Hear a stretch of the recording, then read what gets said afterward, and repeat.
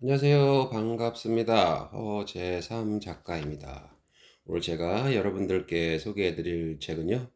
표정훈 작가님이 지은 혼자 남은 밤, 당신 곁의 책. 네, 이러한 제목의 책을 오늘 소개해 드리겠습니다. 먼저 작가 소개를 하겠습니다. 표정훈. 오랜 취미는 그림에 숨겨진 이야기를 상상하기, 이야기에서 그림을 상상하기다. 상상의 재료는 장서 2만 권이다. 상상의 행복과 행복의 상상은 같다고 믿는다. 서강대학교에서 철학을 공부했다. 책, 독서, 출판에 관한 글을 쓰며 저술, 번역, 평론을 한다. 한양대학교 특임교수, 건국대학교 문화 콘텐츠 학과, 한국예술종합학교 서사 창작과 강사로 일했다. 그럼 들어가는 말을 보겠습니다. 책을 보고 그림을 읽다. 책이 묘사된 그림이 적지 않다. 책 읽는 모습을 담은 그림도 많은 편이다. 동서고금에 걸쳐 그러하다. 그러니 한번 이런 궁금증을 품어봄직하지 않은가? 그림 속 저 책은 무슨 책일까? 무슨 책인지 알려진 그림도 있지만 매우 드물다. 이 책의 출발은 바로 그런 궁금증이었다. 도대체 무슨 책일까?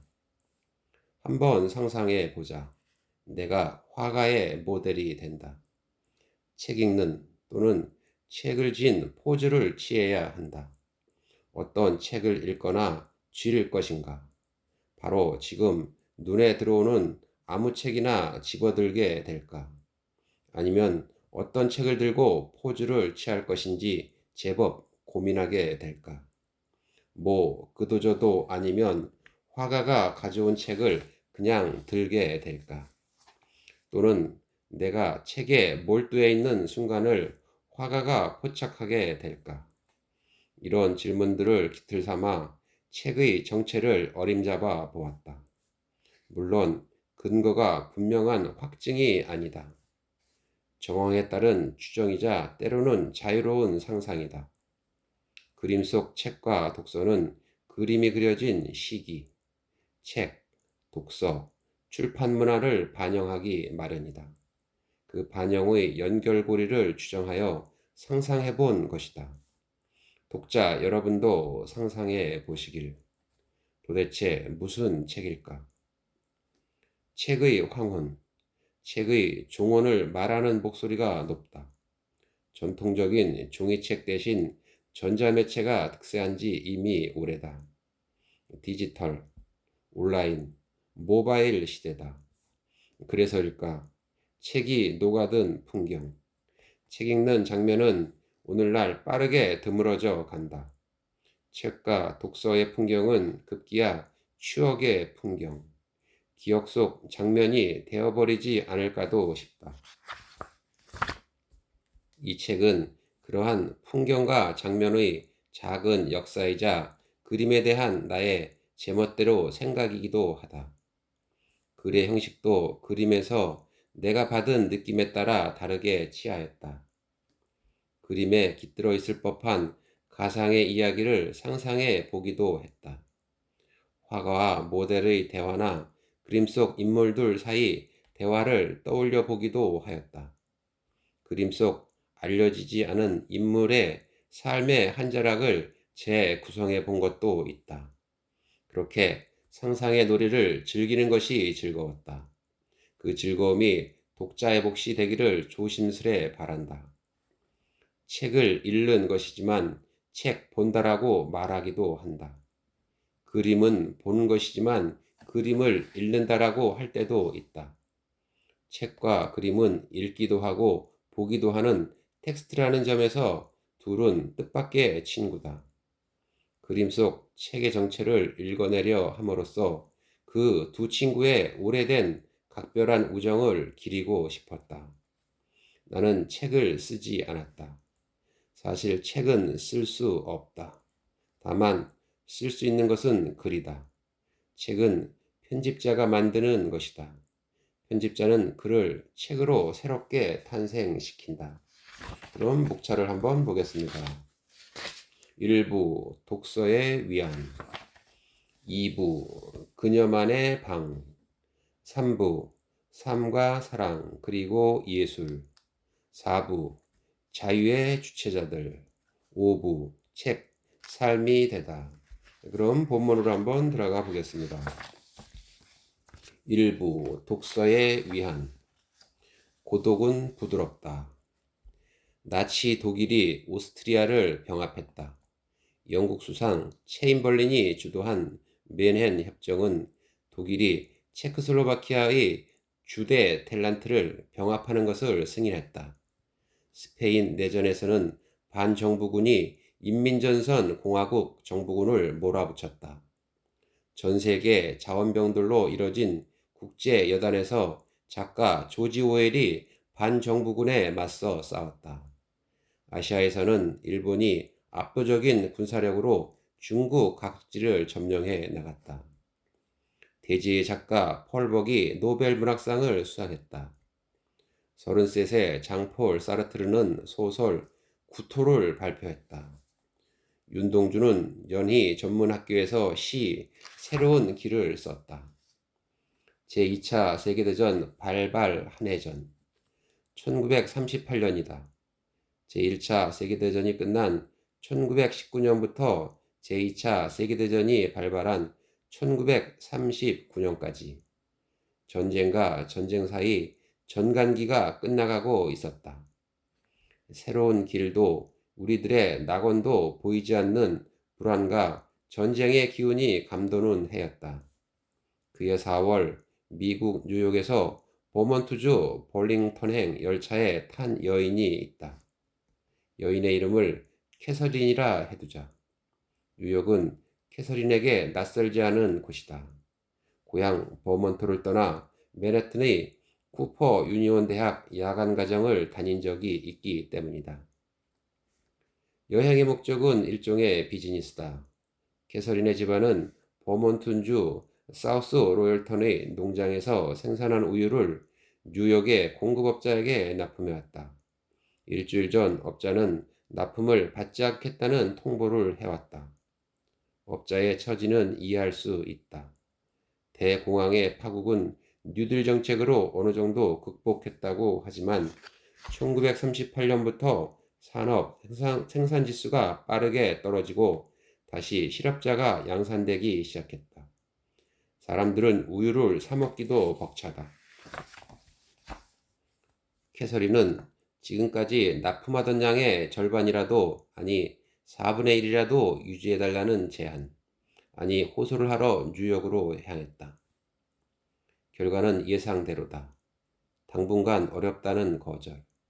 집으로 돌아오는 캐서린의 마음이 무겁다. 창밖 풍경도 눈에 잘 들어오지 않는다. 캐서린이 탄 C칸에는 승객이 별로 없다. 옆자리와 앞자리에도 없다. 다행이다. 누군가 말을 걸어오기라도 하면 귀찮을 게 분명하기 때문이다. 더구나 고향 사람을 만나기라도 하면. 사실 독서는 철도 여행이 시작된 초기부터 필수 요소이자 원하지 않는 대화를 피하는 수단이었다. 출판사들은 이런 수요에 빠르게 부응했다. 고전과 현대 작품을 가리지 않고 싼 값의 책을 내놓았던 것. 문고본 탄생의 배경으로 철도가 거론되는 이유다. 19세기 초중반 장거리 여행수단은 마차에서 철도로 빠르게 바뀌어 갔다. 장거리 마차 여행에서는 같이 탄 사람들과 대화하며 교류하기가 쉽지만 철도 여행에서는 정차역에서 승객이 빠르게 교대된다. 속도가 빠른 기차에서 창밖 풍경은 파노라마처럼 순식간에 지나가지만 마차 승객은 풍경과 일체감을 느낄 수 있었다. 이런 상황에서 기차 승객은 뭘 하는 게 좋을까? 역시 독서다. 풍경에도 사람에게도 눈길을 주기 싫은 캐서린은 우유 공급업자를 만난 것 외엔 유일하게 뉴욕에서 들른 곳, 스트랜드 서점에서 산 스크라이브너 매거진을 펼쳐본다. 20세기 초 시어도어 루스벨트 대통령이 기고를 하면서 판매 부수가 크게 뛰어올랐던 잡지. 제1차 세계대전 때 전성기를 누리고 30년대 들어와 조금씩 쇠퇴하는 잡지. 진작부터 사파가 무척 많았고 1932년부터 판형을 크게 키웠지만 한번 시작된 내리막길을 벗어나기는 어려워 보인다. 호모 비클리쿠스 서인종의 탄생. 무던히도 책을 좋아하는 비가 있었다. 책 읽기도 좋아했으나 그보다는 책 그 자체를 아끼고 사랑한 이였다. 사람들을 만나면 책 이야기만 했다. 이야기는 책 내용일 때도 가끔 있었지만 책의 냄새, 색깔, 종이의 감촉, 디자인, 무게감, 크기와 모양, 글꼴, 그런 것들일 때가 훨씬 더 많았다. 그가 책을 무지막지하게 사들인 것은 당연한 일. 사람들은 말하곤 했다. 읽지도 않는 책을 왜 그리 많이 사고 또 사느냐? 대답은 늘 같았다. 책 맛은 꼭 읽어야만 맛볼 수 있는 게 아니다. 제목만 읽어도 책 절반은 읽은 것이나 마찬가지다. 그러니 책을 사는 순간, 책을 보는 순간 반은 읽고, 아니 맛보고 들어가는 셈이다. 비가 책을 사자마자 하는 일도 늘 같았다. 손으로 책을 들어 이리저리 한참을 돌려본다. 책을 펼쳐 종이에 코를 대고 킁킁 냄새를 맡는다. 책장을 넘기면서 손으로 책장을 살살 쓸어 만진다. 그 다음엔 책장을 빠르게 넘기면서 팔랑팔랑 스삭스삭 소리를 듣는다. 지인들이 가장 이해하지 못하는 B의 행동은 책 표지와 본문 종이에 입술과 혀끝을 차례로 대며 맛을 보는 것이었다. B가 책맛이라고 표현한 것은 비유가 아니라 현실이었던 것. 이렇게 책을 시각, 후각, 촉각, 청각, 그리고 미각 등 오감으로 누리곤 하였으니 일상적 삶에서의 책임감은 별로 없는 B가 책 오감에서만큼은 더없이 충실하였다. B가 자신의 서재 다음으로 좋아하는 장소는 두말할 나위 없이 서점과 도서관. B가 도서관 서가 사이에서 책을 살피고 있던 어느 날 오전이었다. 갑자기 정신이 혼미하고 머리가 어지러워지는가 싶더니 밝은 빛에 휩싸이는 느낌이 들었다. B는 서가 사이에 너무 오래 서 있었기 때문일까 라고 생각했다. 정신을 바짝 차리려 애썼지만 온몸의 기운이 풀리고 눈이 점점 보이지 않더니 소리도 들리지 않았다. 시간이 얼마나 지났을까? B는 눈을 떴지만 몸이 움직여지지 않았다. 가위 눌린 기분이랄까. 아무리 힘을 쓰려 해도 몸은 움짝달짝할 줄 몰랐다. 눈을 돌려보려 해도 마찬가지다. 좀 더 정신을 집중해 보니 아까 서 있던 서가 근처인 건 분명하다. 두려움이 몰려온다. 내가 어떻게 된 것인가? 한참을 그렇게 있는데 사람 목소리가 들렸다. 그 책이 여기쯤 있을 텐데. 아니야, 이쪽이 아니라 저쪽에 있을걸? B는 그들에게 말을 건네려 해봤지만 여의치 않다. 여기요, 여기 좀 봐주세요. 제가 어떻게 된 거죠? 머릿속에서만 말이 맴돌 뿐이었다. 이윽고 두 사람은 B의 시야에서 사라졌다. B가 자신이 지금 어떤 상황인지 알아챈 것은 바로 그 순간이다. B는 자신이 펼쳐보던 책, 바로 그 책이 되어 서가에 꽂혀버린 것이다. B는 이걸 알아챈 뒤 참 이상하리만치 두려움이 사라지는 걸 느꼈다. 오히려 편안한 기분이다. 책과 한몸이 되어버린, 아니 책이 되어버린 B는 책 내용이 온 신경과 세포가 되어 살아있다는 느낌에 소스라쳤다. B는 이제 책을 보고 만지고 냄새 맡고 듣고 맛보는 것이 아니라 책으로 살아가게 된 것이다. B가 다만 슬퍼한 것은 한 책의 가치다니, 아니 한 책이 되어 버리다니였다. B는 이내 자신이 즐겨 어루만지던 다른 책을 떠올렸다. 냄새, 색깔, 종이의 감촉, 디자인, 무게감, 크기와 모양, 글꼴, 그리고 무엇보다도 그 맛. 그 순간 B는 이제껏 느껴보지 못한 쾌감, 환희에 휩싸였다. 방금 떠올린 그 다른 책이 되어버리는 게 아닌가. 이게 가능한 일인가. 반신반의하며 B는 다시 또 다른 책을 떠올렸다. 역시 마찬가지로 그 책이 되어버리는 게 아닌가. B는 자신이 기억하는 모든 책을 떠올리며 도서관의 이곳저곳으로 이동. 아니, 이 책, 저 책이 되어 보았다. 그렇게 하루 종일 수백 권으로 산 뒤에야 생각이 났다. 기꺼이 포로가 되는 순간.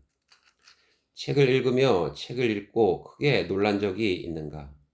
나 자신에게 물어보니 그렇게 많지는 않다. 중학교 2학년 때 철학자 버트런드 러셀의 자서전을 읽다가 러셀이 청소년기에 들어서며 자위행위 습관이 들어 도무지 공부에 집중하기 어려운 지경에 이르렀다가 첫사랑에 빠지면서 겨우 멈출 수 있었다는 대목에서 크게 놀랐다. 사실은 안도했다. 그도 했구나. 역시 중학교 때 조선시대 야사를 모은 야릇한 책을 친구 집에서 읽다가 온갖 야한 이야기에 얼굴이 빨개지며 새로운 세계가 활짝 열리는 듯한 경이.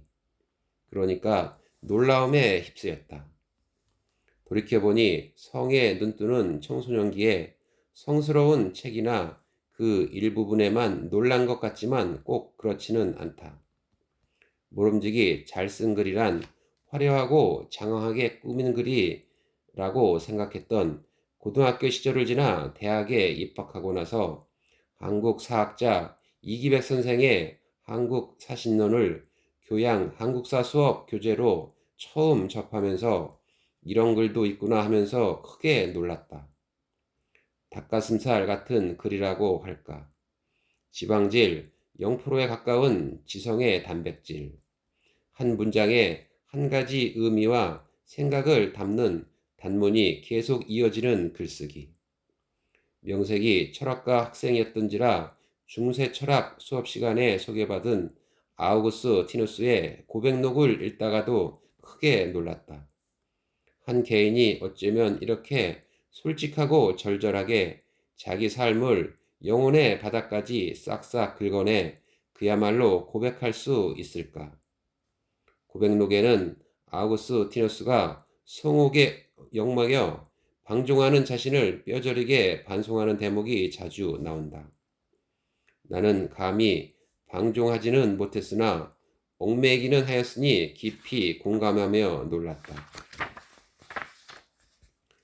좌절의 옆을 지키는 책. 노년에 관한 가장 문학적이자 교훈적 텍스트는 아무리 생각해도 셰익스피어의 리어왕이다. 리어왕은 올곧다. 그런 리어왕은 늙었다. 그리고 어리석어졌다. 나이 들어갈수록 올곧지 않아야 어리석어지지 않는다.